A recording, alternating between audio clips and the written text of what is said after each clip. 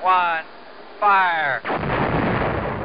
Space Adventure Race bygger på tværfaglighed, teamwork og autenticitet. Forløbet starter med, at eleverne skal uddanne sig til astronauter hjemme på skolen. De skal have en viden, inden de kommer op til Naturvidenskabernes Hus, hvor de så møder virksomhedsteknologi og skal gennemføre en uddannelse. De afslutter så hjemme på skolen igen med, at de skal udføre en specialmission for at sende dem til Mars.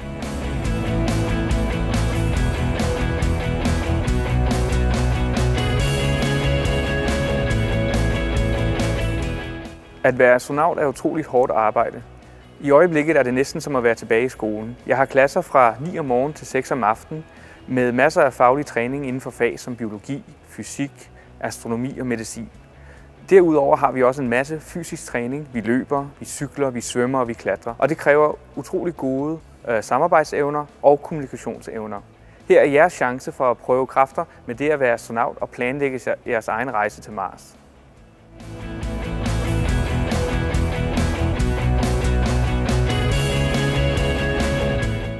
I raketaktiviteten arbejder eleverne ud fra den naturvidenskabelige arbejdsmetode.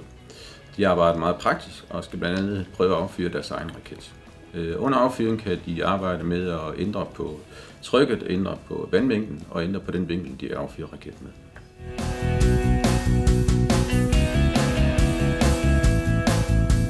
I øvelsen om solpaneler og kursbestemmelse skal eleverne arbejde med dels hvordan man bestemmer kursen i rummet, hvor der ikke er forskel på op og ned og højre og venstre. Og så skal de arbejde med, hvordan solpaneler kan bruges til at forsyne rumfartøjet med strøm, og om solenergi også er den mest effektive energikilde, når man rejser ud til fjernere planeter.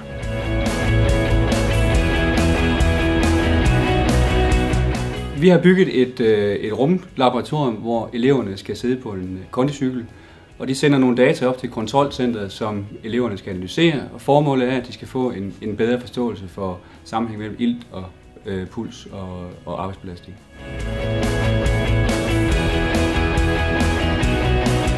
I øvelsen teknologidesign skal eleverne arbejde med nogle af de praktiske udfordringer ved rumfart. De skal arbejde med, hvordan man beskytter rumfartøjet mod stråling og undersøge forskellige materialers evne til at skærme mod stråling. Og så skal de også arbejde med, hvordan man køler elektronikken ombord ned, og hvordan forskellige kølemetoder virker i det lufttomme rum. Rumvandring er en samarbejdsøvelse, hvor man skal bruge den viden, man har fra konditesten. Her skal gruppen samarbejde omkring en rumvandring. Astronauten bliver sendt ud og skal løse nogle problemer. Og det handler om, det er, at testcenteret eller kontrolcenteret hele tiden skal holde sig ajour med, hvor meget ilt, der er brugt ude ved rumvandringen.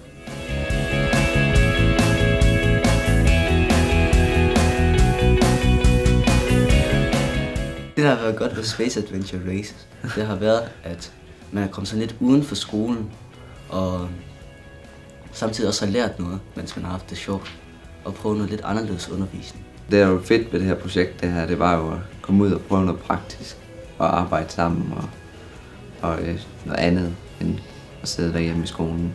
Ved at arbejde med det, har så også fået øjnene op for, hvordan det er at være astronaut, og på den måde så har man også fået lidt at vide om, hvad man kan bruge fysik og biologi og kemi til.